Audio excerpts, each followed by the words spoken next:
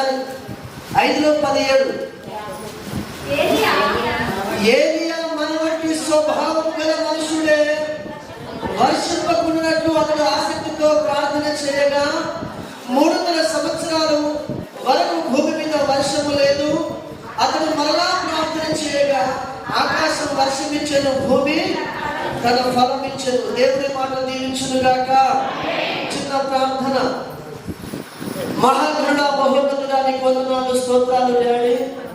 ఇదిగో మధ్యాహ్న కాల సమయంలో నీ పాద సముఖంలో వచ్చి నీ మాటలు వినడానికి వచ్చిన మా జీవితాన్ని అయ్యా, ఇదిగో ప్రభువా, విన్న వాక్యం మా జీవితంలో మధురంగా మార్చబడడానికి సహాయం చేయండి. వినగలిగిన మనసు, గ్రహించే హృదయం ప్రతి ఒక్కరికి దయచేయండి. పరిశుద్ధాత్మ దేవుడా, బిడ్డలతో భారము కలిగి ఇదిగో ఇప్పటి వరకు ఎన్ని సంవత్సరాలైనా ప్రార్థన రాని జీవితాలు ప్రభువా, ఈరోజు వారు ప్రార్థన నేర్చుకుందరుగాక. నీ బలమైన ఆత్మచేతనను ముద్రించి నీ బిడ్డగా వాడుకొని మహిమ పొందుమని యేసు నామములో ప్రార్థిస్తున్నాము తండ్రి. ఆమేన్. హల్లెలూయా, హల్లెలూయా. ఇప్పుడు ఎవరు కూడా బైబిల్ చూడొద్దు, ఇక నన్ను చూడండి. కొంచెము ఎక్కువ మాట కూడా చెప్తున్నాను, వినండి. ఎవరైనా బయటికి లోపలికి వెళ్ళేవారు ఉంటే ఇప్పుడే బయటికి వెళ్ళిపోయి మళ్ళీ లోపలికి రావద్దు. ఇక్కడ ఇలాగే ఉంటుంది. దేవుని బిడ్డలారా, వాక్యం వినడానికి చక్కగా వస్తే వినాలి, లేకపోతే బయట ఉండాలి. ఫోన్లు ఎన్ని డిస్టర్బెన్స్ ఉన్నా దేవుని వాక్యం కంటే ఏది కూడా మనకు ప్రాముఖ్యం కాదు. హల్లెలూయా. దయచేసి మనం వాక్యము చదివాం.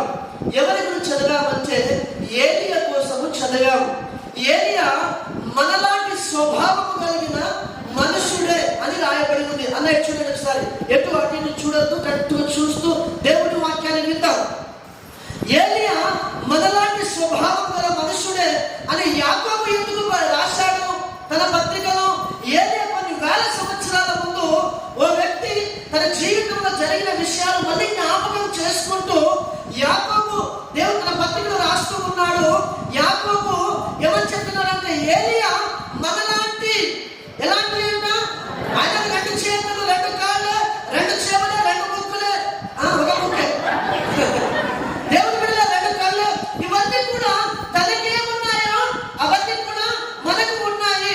ఆయన ఏ దేవుని ఆరాధన చేస్తూ ఉన్నారో మనం కూడా ఆ దేవుని ఆరాధన చేస్తున్నాం. అయితే అతను ప్రార్థన చేయగా 300 సంవత్సరాల వర్షము పడలేదు. హల్లెలూయా. మన వర్షంలో పడింది ఎక్కడ? మస్కట్లో వర్షం పడితే 9 మంది పిల్లలు, ఒకే కుటుంబానికి చెందిన పిల్లలు దేవుని బిడ్డ చనిపోయారు. మీ అందరికీ తెలుసు. ఎంతో ఘోరమైన దుఃఖం, బాధ, వేదన. ఒక మాట చెప్తాను, బిడ్డలు కొట్టుకొని పోకుండా ప్రార్థన చేయలేమా? వర్షాన్ని ఆపలేమా అనే ఆలోచన మనకి ఎప్పుడైనా వచ్చిందా? దేవుని బిడ్డలారా, నేను ఎందుకు ఈ మాటలు చెప్తున్నానంటే చాలా మంది బిడ్డలకి ఎప్పుడు యేసయ్య నమ్ముకున్నావు అంటే మా తాతను ముత్తాతను ఉంచండి, మా పాస్టర్ గారు, మా తమ్ముడు, మా చెల్లి, మా తాత, ఎవరెవరో పేరు చెప్తారు. మా వంశమంతా పాస్టర్లే. కానీ ప్రార్థన కదా, వాళ్ళు పాస్టర్లే, వారి గొప్పవారే, వారి గొప్ప పరిచయం చేశారు. వారి వంశంలో నుంచి వచ్చిన నీవు ప్రార్థన చేయడం రాకపోతే నీ భక్తి దేనికి సాదృశ్యం? ప్రార్థన అనేది ఏమిటి? ప్రభుత్వం మాట్లాడేది కదా. అంటే నీకు ప్రభుత్వం మాట్లాడే అనుభవం లేదా? ప్రార్థన అనేది దేవునికి చెప్పుకునే మనవులు. నీకెందుకు భయం కలుగుతూ ఉంది? ఆదాముకి ఎందుకు భయం కలిగింది? తప్పు చేశాడు కాబట్టి వెనక వెళ్ళి జారుకున్నాడు, అందుకు భయం కలిగింది. దేవుని బిడ్డలారా, ప్రార్థన ప్రతి విశ్వాసికి రావాలి. ప్రార్థన అనేది ప్రతి విశ్వాసికి రావాలి. చదువుకున్నా రాకపోయినా, బైబిల్ చదవడం వచ్చినా రాకపోయినా, తర్వాత సంగతి దేవుని బిడ్డ ఖచ్చితంగా చదవాలి బైబిల్. కానీ చెప్పే మాట ఏమిటంటే ప్రార్థన చదువుతో సంబంధం లేదుగా, ప్రార్థన దేశంతో సంబంధం లేదుగా, జ్ఞానంతో సంబంధం లేదుగా. దేవుడు మూలుగులను ఆలకిస్తాడంట. ఏమిటి? ఏ మూలుగుతున్నామా అంటే చూడు, ఆ మూలుగులు కూడా దేవుడు ఆలకిస్తాడంట. మరి దేవుని దగ్గర మూలిగే స్వభావం నీకు ఎందుకు లేదు? ఎన్ని రోజులు ప్రార్థన నేర్చుకో. ఎదుటి వారి మీద ఎన్ని రోజులు ఆధారపడతావు? దేవుని బిడ్డలారా, ఆధారపడడం తప్పు కాదు, ప్రార్థన చేయడం అడగడం తప్పు కాదు. కానీ నీకు ప్రార్థన వస్తుందా? నువ్వు దేవుడితో ప్రార్థన చేస్తున్నావా? ఎక్కడ సమయం అంటే పాస్టర్ గారు బాగానే చెప్తున్నారు అక్క, అనండి. ఎక్కడ సమయము? పొద్దున 5 గంటలకు వేస్తే రాత్రి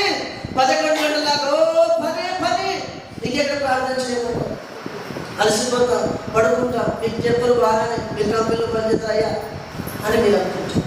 అయితే ప్రార్థన ఎలా చేయొచ్చు, ఎన్ని రకాలుగా ప్రార్థన చేయొచ్చు, అలాంటి వారి కోసం దేవుని బిడ్డలారా కొన్ని మాటలు నేను చెప్పాలని ఇష్టపడుతూ ఉంటున్నాను. మార్కు సువార్త 11వ అధ్యాయము 25వ మాట. మార్కు సువార్త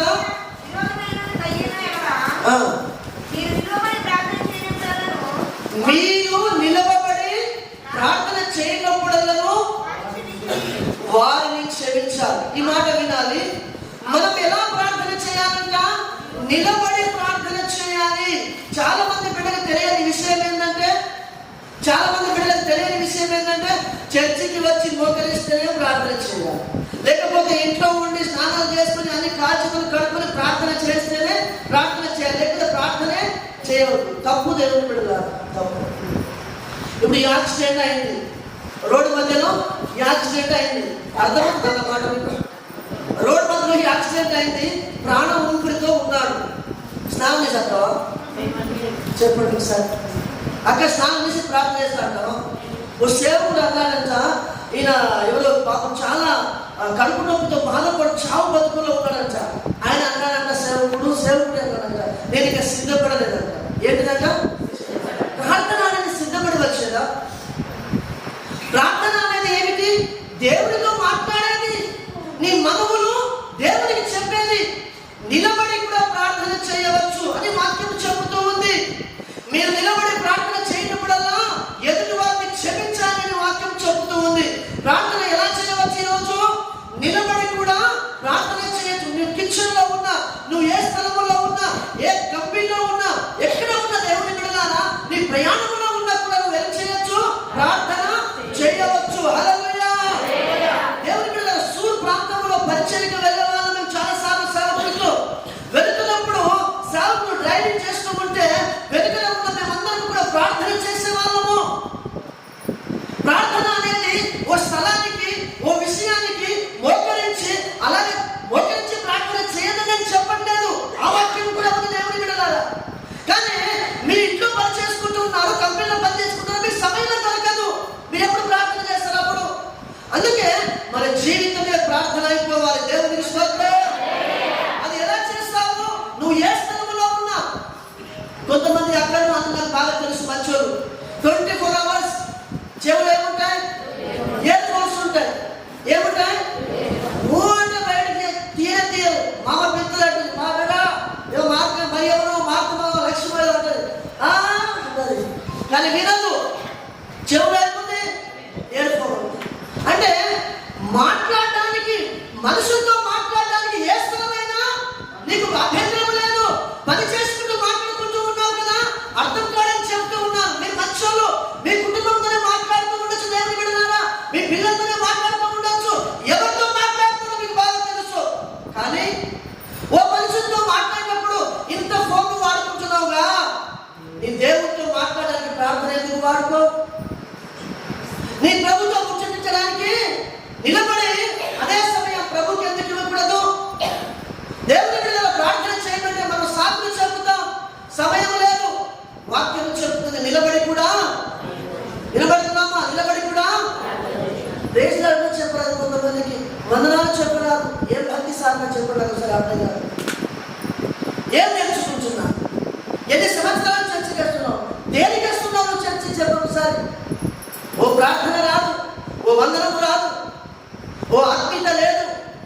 దేవుని బిడ్డలారా, దేంట్లో మార్పు నీకు అనిపిస్తలేదా? నేను ఏం ఎదగట్లేదు. మీ పిల్లలు చిన్న పిల్లలు ఉంటారు, వాడు వెదగకపోతే, వారు బాగుపడకపోతే మీకు ఎంత బాధ కలుగుతూ ఉంది?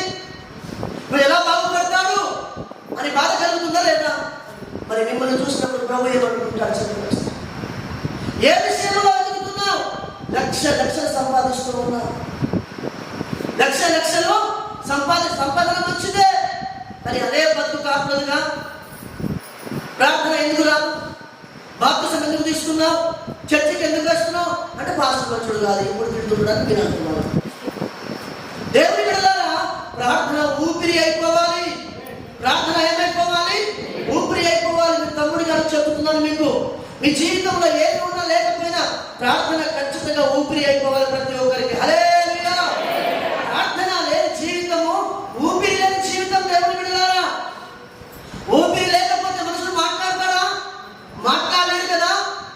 అలాగే బ్రతికి ఉన్నావని పేరు మాత్రమే కానీ నిజానికి నువ్వు మృతుడవు. ఎందుకు మృతుడవు తెలుసా? నువ్వు మాట్లాడుతున్న వాళ్ళతోనే. కొంతమంది ఉంటారు, వాళ్ళ రోగు వాళ్ళదే, భక్తుడు ఎడనమని వాళ్ళ రోగు ఏమైందా ఏమైందక్క వాళ్ళ లోకం వాళ్ళదే. దేవుడు ఎందుకు బ్రతుకుతున్నావు? ఎవరి కోసం? నువ్వు బ్రతికిన కొన్నాళ్ళు దేవుడి కడినారా నీ చుట్టుపక్కల వారికి నువ్వు ఆశీర్వాదంగా ఉండకపోతే ఏం ప్రయోజనం? భక్తి ప్రార్థన ఏమైపోవాలి? ఊపిరి అయిపోవాలి. ప్రతి విశ్వాస దేవుడి కడినారా ప్రార్థన నేర్చుకోవాలి. దయచేసి చెప్తున్నాను, ప్రార్థన రాకుండా ఎవ్వరు ఉండదు మన సంఘములో. ప్రార్థన రాకపోతే నువ్వు దేవునికి బాగా దూరంగా ఉన్నావు. పేరుతో భక్తి చేస్తున్నావు, నీ అవసరం తీర్చబడతాయి. ప్రేమగల దేవుడు, దయగల దేవుడు కరుణిస్తాడు, కృప చూపుతాడు, నీ అవసరం తీరిపోతాయి. నువ్వు అనుకుంటావు దేవుడు నాతోనే ఉన్నాడు అనుకుంటావు, కానీ రాను. నువ్వు దేవుడితో అనిపిస్తావు వాస్తవమే, కానీ నువ్వు దేవుడితో ఉన్నావా? లేవు. దేవుడు దేవుడికి సరిగా ఉన్నామా?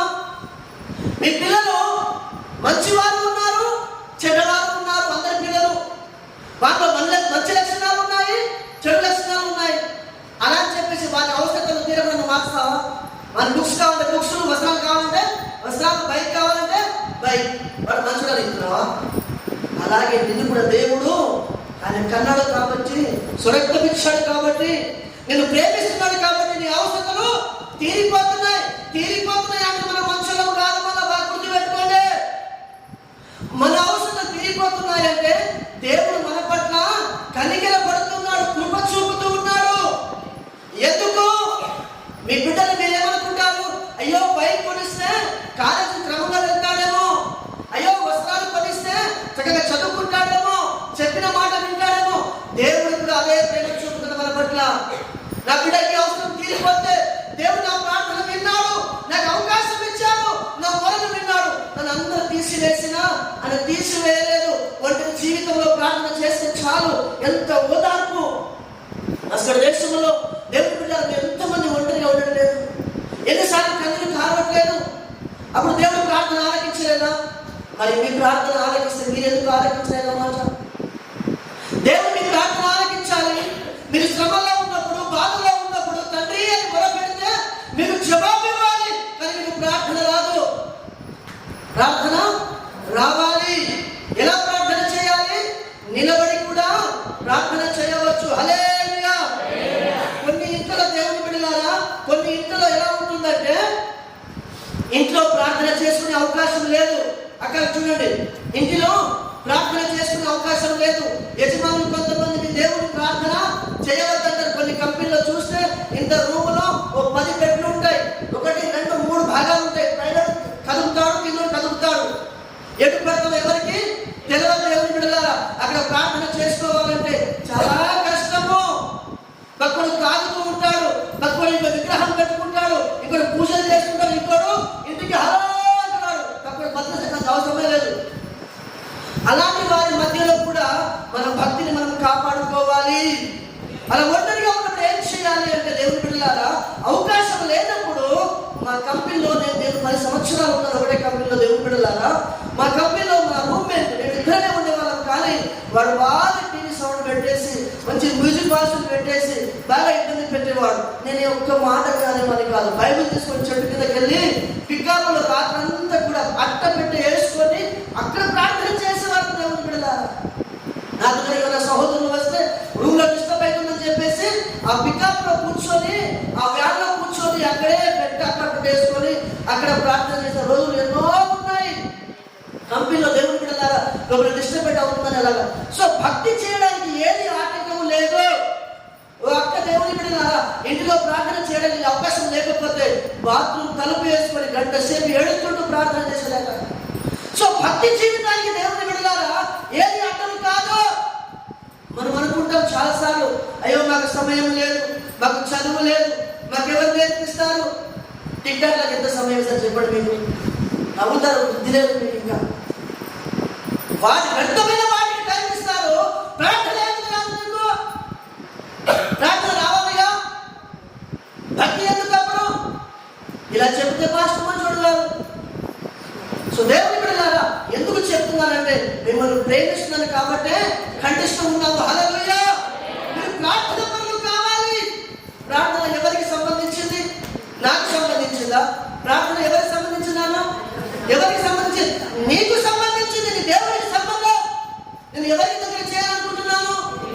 దేవునికి దగ్గర చేయాలనుకున్నా, అందుకే గాయపరుస్తూ ఉన్నాను. దేవునికి దగ్గర అయితే ఎవరికి మేలు? నాకు మేలు. రియా నాకు పంపిస్తుందా?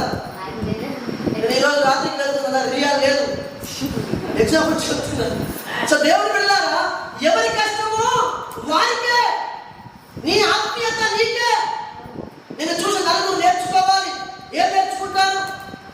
ఎన్ని పరిచయం చేస్తే ఏం ప్రయోజనం? దేవుడు వెళ్ళారా. సో ప్రార్థన అనేది ఏముండాలి అంటే, ఎక్కడ ఉన్న మనము ప్రార్థన చేయవచ్చు. హల్లెలూయా. ఎక్కడ ఉన్న ప్రార్థన చేయవచ్చు. ఆ ప్రార్థనలో భాగం ఏమిటంటే, నిలకడగా ఉండి కూడా, నిలబడి కూడా ప్రార్థన చేయవచ్చు. రెండవ మాట దేవుని బిడ్డలారా, బైబిల్ గ్రంథంలో నుంచి ఏమని రాయబడి ఉందంటే, మత్తయి సువార్త 26వ అధ్యాయము 39వ మాట.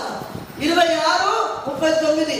మొదటిగా నిలబడి ప్రార్థన చేయవచ్చు. ఏ స్థలంలో ఉన్నా, ఎక్కడ ఉన్నా ప్రార్థన కావాలి. సమయాన్ని వృధా చేయడానికి మనము రాలేదు, నేర్చుకోవడానికి వచ్చాం. హల్లెలూయా. రెండవ మాట, సాగిలపడి హల్లెలూయా. అక్క విన్నారా? సాగిలపడి ప్రార్థన చేశారు. ఎవరు చేశారు ఈ ప్రార్థన? సాక్షాత్తు యేసు ప్రభువుల వారు చేశారు. తండ్రికి ప్రార్థన చేస్తూ ఉన్నాడు. సో ప్రార్థన ఎలా చేయొచ్చు అంటే, నీకు సమయం ఉందా, నీకు అవకాశం ఉందా, ఎలా ప్రార్థన చేయ దేవుని దగ్గర? సాగిలపడిపో. ఎలాగా? సాగిలపడి ప్రార్థన చేయాలి. ఎవరి దగ్గర? మనుషులకు సాగిలపడతాం. అయ్యా నేను దండం పెడతాం. ఎందుకు? ఆయన కరుణిస్తాడు, అవసరమైతే మెడకాయ చేస్తాడు. మనుషుల దగ్గర కాదు. ఎవరి దగ్గర సాగిలపడాలి? దేవుని దగ్గర సాగిలపడాలి. సాగిలపడి ప్రార్థన చేయవచ్చు. నీకు ఏ పని లేదు, అవకాశం ఉంది, దేవుని మందిరానికి అవకాశం ఉంది, ఇంటిలో ఒకదానివే ఉన్నావు, నీ దేవుని దగ్గర సాగిలపడు. సాగిలపడు, ప్రార్థన చేయి. ఒకటి నిలబడి ప్రార్థన చేయాలి, రెండోది సాగిలపడి ప్రార్థన చేయాలి. నేను దాదాపుగా కొత్తగా ప్రభువుని నమ్ముకున్నప్పుడు 3 నెలలు చర్చిలోనే ఉండిపోయాను. ఎన్ని నెలలు? ఇంకా బయటికి రాలేదు. నాకు అనారోగ్యం వచ్చేసింది, నాకు ఏ బలహీనత లేదు. ఒకసారి ఫిట్స్ వచ్చింది. దేవుని బిడ్డ చాతబడి చేసేసారు, చచ్చిపోతారని భయం వచ్చేసింది. ఏం చేయాలో అర్థం కాలేదు. ఆ చర్చికి వెళ్తే తప్ప నాకు వేరే మార్గం ఏది కనిపించలేదు. ఈ 2 కాళ్ళు కూడా దేవుని బిడ్డలారా ఫ్లోరైడ్ వాటర్ వలన రాసుకుంటూ నడిచేవాడిని. కాళ్ళు పైకి లేచేది కావు. ఒంటరి ఒక నిమిషం కూడా ఉండేవాడిని కాదు. కొన్న ఊపిరితో ఒక రోజు ప్రార్థన, దేవుని బిడ్డల ప్రార్థన అంటే తెలియదు, దేవుడు అంటే తెలియదు. తెలిసినప్పుడు అహంకారము, గర్వము దేవుని బిడ్డలారా, నాకెందుకు దేవుడు అనుకునేవాడిని. దేవుని బిడ్డలారా స్నేహితులందరినీ పాడు చేసిన వాడిని, చాలా మందిని త్రాగుటకు, తిరుగుడకు అలవాటు చేసిన వాడిని. దేవుని బిడ్డలారా ఒక రోజు దేవుని బిడ్డలారా దేవుని మందిరంలో ఇలాగ ప్రార్థన చేస్తూ, చాలా మంది నాకు ప్రార్థన రాదు, నాకు ప్రార్థన రాదు, అక్క ప్రార్థన చేయడం రాదు, ఎలా ప్రార్థన చేయాలో అర్థం కావట్లేదు. కొత్తగా వెళ్ళాను. అయితే అందరూ ప్రార్థన చేసి దేవుని బిడ్డలారా ఏడుచుకుంటూ ప్రార్థన చేస్తూ ఉన్నారు. నేను ఏడవాలి, దేవుని దగ్గర నా బాధను చెప్పుకోవాలని ఎంత ప్రయత్నం చేస్తున్నానంటే, ఏడుపు రాకపోతే మొక్కల మీద నిలబడి మొక్కల కింద రాళ్ళు పెట్టుకున్నాను. మొక్కల కింద రాళ్ళు పెట్టుకున్నాను, నాకు ఏడుపు రావాలని. అయినా ఏడుపు రావట్లేదు. దీనికి డబ్బులుంటే చర్చి, ఇక్కడ నుంచి అక్కడికి పొద్దున్న నుంచి మధ్యాహ్నం వరకు నడుచుకుంటూ మొక్కలుగా నడుచుకుంటూ ప్రార్థన చేస్తున్నారు. దేవుడు నాతో మాట్లాడాలని ఎంత వేదన పడుతున్నారంటే, చాలా బాధపడుతూ ఉన్నారు. దేవుడు నాతో ఖచ్చితంగా మాట్లాడాలి. అక్కడ చర్చిలో ఉన్న వాళ్ళంతా సాక్ష్యం చెప్తున్నారు. ఏమని? దేవుడు నాకు కనిపించాడు, నాతో మాట్లాడాడు, నువ్వు బాగుపడ్డావని చెప్పాడు. నన్ను కూడా దేవుడు అలాగే చెప్పాలి, నేను కూడా ఏడవాలి, నేను ప్రార్థన చేయాలని ఎంత బాధపడుతున్నారంటే, ముక్కు రాస్తున్నాం దేవుని బిడ్డ. దేవుని దగ్గర నా తప్పులను ఒప్పుకొని ముక్కు రాస్తున్నారు. మెల్లగా రాస్తే ముక్కు మెల్లగా రాస్తే దేవుడు కోపడుతుందని గట్టిగా రాస్తే ముక్కు తోలిస్తుంది దేవుని బిడ్డ. అంటే దేవునికి దగ్గర కావాలని ఎంత ఆరాటపడ్డారో మీకు అర్థం కావాలని చెబుతూ ఉన్నారు. సో ఎటు చేసే దేవుడు క్షమించాలనుకున్నారు. అలా ప్రార్థన చేసిన తర్వాత దేవుడు నాకు వాగ్దానం చేశాడు. ఇదిగో మలాకి సువార్త, మలాకి గ్రంథం దేవుని బిడ్డలారా 4వ అధ్యాయం 2వ మాట నుంచి చెప్పాడు. ఇదిగో నీతి సూర్యుడు నీ మీద ఉదయించి ఉన్నాడు, కొమ్మిన దూడలు గంతులు వేయను, గంతులు వేస్తావని చెప్పాడు. ఆ నాటి నుంచి ఈ నాటి వరకు 15 సంవత్సరాలైన ఏ రోగము లేదు, ఏ బాధ లేదు. హల్లెలూయా. మన దేవుడు ప్రార్థన ఆలకించే దేవుడు. సాగిల పడ్డాను, నేను ఏడ్చాను దేవుని సన్నిధిలో. ప్రార్థన అనేది, ఆత్మీయ జీవితం అనేది ఒకరోజు మీరందరూ ఒక మాట వినండి. మీ అందరికి మీ ఫోన్లు ఉన్నాయా? ఉన్నప్పుడే భయపడి చెప్పారు కానీ ముందు అందరికి ఫోన్లు ఉన్నాయి. ఇంటికి ఎట్లా మాట్లాడతారు? లేకపోతే అందరికీ ఫోన్లు ఉన్నాయి. మీరు ఇంగ్లీష్ చదువుకున్నారా? స్కూల్కి వెళ్ళారా? అక్కడ చూడండి ఒకసారి. చదివారా? వెళ్ళలేదు. ఫోన్ ఏం ఫోను?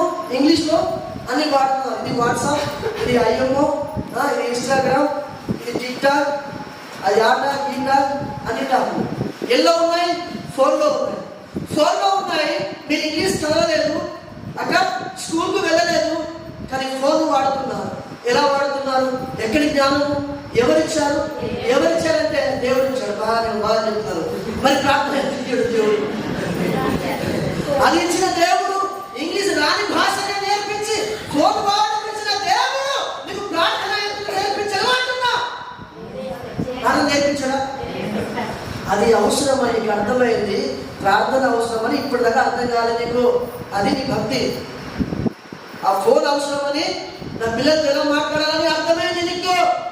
అందుకు రాని భాష నేర్చుకొని ఫోన్ వాడడము అవసరమైన నలుగురికి నేర్పిస్తాం. ఆ స్థాయికి ఎదిగినాం. ఎందులో? ఫోన్. కానీ ప్రార్థనలో జీరో. దయచేసి నా అక్కలారా, అన్నలారా, ప్రార్థన అనేది ప్రభుతో మాట్లాడేది. ప్రార్థన అనేది ప్రభుతో మాట్లాడేది. ఎంతసేపు గడుపుతున్నావు దేవుడితో ప్రతిరోజు?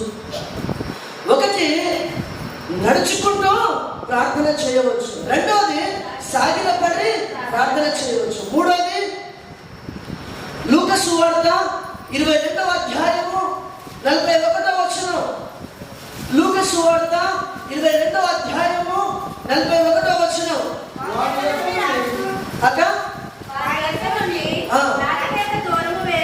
దూరము వెళ్ళి మోకాలించి హల్లెలూయా హల్లెలూయా హల్లెలూయా. ప్రార్థనా శక్తి మాకు కావాలయా, నీ పరలోక అభిషేకం కావాలయా. ప్రార్థనా శక్తి మాకు కావాలయా, నీ పరలోక అభిషేకం కావాలయా.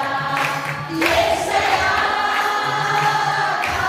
కావాలయా, నీ ఆత్మ అభిషేకం కావాలయా. యేసయ్యా కావాలయా, నీ ఆత్మ అభిషేకం కావాలయా. ప్రార్థనా శక్తి మాకు కావాలయా, నీ పరలోక అభిషేకం కావాలయా. హల్లెలూయా. హల్లెలూయా. దేవుని బిడ్డలారా, మొదటిది నడిచి ప్రార్థన చేయవచ్చు. రెండవది సాగినప్పుడు ప్రార్థన చేయవచ్చు. మూడవది మోకరించి ప్రార్థన. హల్లెలూయా. ఎలా ప్రార్థన? మోకరించి ప్రార్థన. సో నీకు సమయం ఉందా? అవకాశం ఉందా? దేవుని సన్నిధిలో చాలా మంది మోకరించని దేవుని బిడ్డలారా.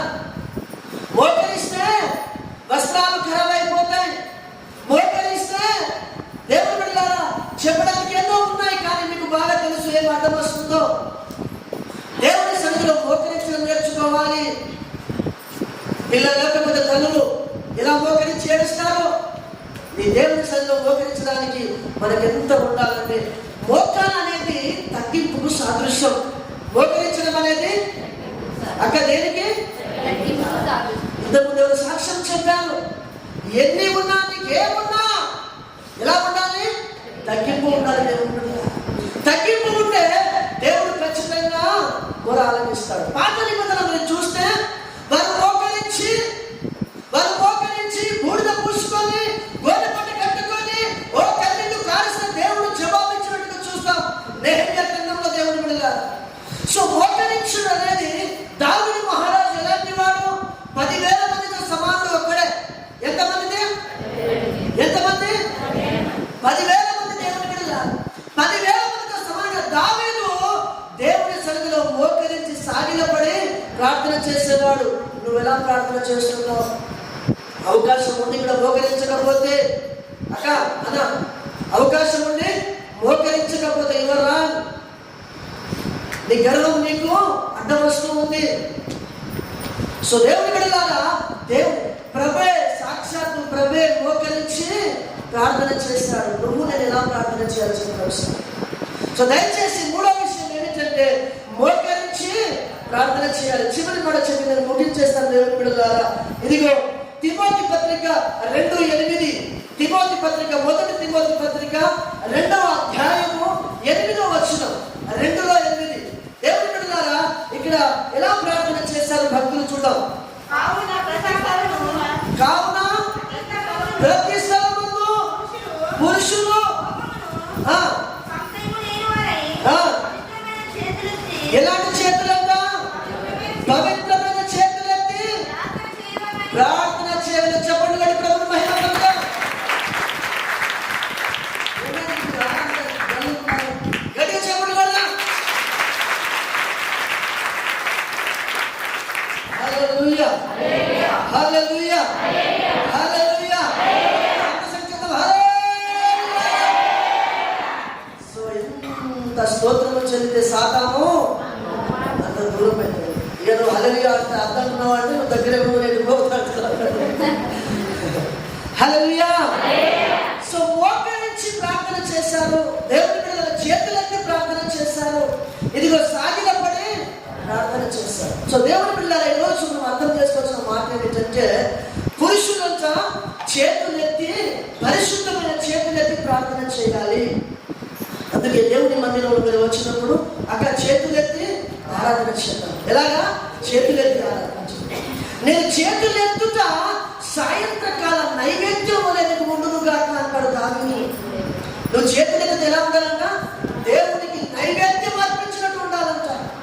దేవుని చూస్తే మన చేతులు మంచిగా ఉన్నాయా? కడుక్కుంటే కాదు, సబ్బుతోటి. ఎలా ఉండాలి? పరిశుద్ధమైన చేతులు దేవుని బిడ్డలారా. దయచేసి నా ఆత్మీయ సహోదరి సహోదరులారా, ముట్టకూడనివి ముట్టకూడదు, ఎత్తకూడనివి ఎత్తకూడదు, చూడకూడని పవిత్రమైన కన్నులు ఉండాలి. ఎలాంటి కన్నులు? దయచేసి నా ఆత్మీయ కుటుంబము, మీ సహోదరులు చెప్తున్నాను, ప్రతి వ్యక్తికి ఏం కావాలి? ప్రార్థన రావాలి. ప్రార్థన ఎలాంటిది? ఊపిరి వంటిది. ప్రార్థన ఎలా చేయవచ్చు? ఎక్కడ చేయవచ్చు? ఏ సందర్భంలో చేయవచ్చు అంటే నిలబడి ప్రార్థన చేయవచ్చు, సాగిలపడి ప్రార్థన చేయవచ్చు, మోకరించి ప్రార్థన చేయొచ్చు, చేతులెత్తి ప్రార్థన చేయవచ్చు, ప్రతి స్థలములో ప్రార్థన చేయవచ్చు. అక్కడ అర్థమవుతుందా? అవకాశం ఉంది. డ్యూటీ అయిపోయింది, ఫ్రెష్గా తయారుగా మంచిగా దేవుడి సన్నిధిలో దేవుని బిడ్డలారా ప్రార్థన చేయబోకరించి ప్రభు అన్నాడు, దినమంతా పని చేస్తున్న అవకాశం లేదు, పనిలో ప్రభుని స్తుతించు. పాటలు వస్తాయా? రావు. సినిమా పాటలు వస్తాయి, టిక్టాక్లు వస్తాయి, జోకులు వస్తాయి. ఇది భక్తి మనదే. ఈ రోజుల్లో సాగులు ఏమైనా చెప్పరు దేవుని బిడ్డలారా.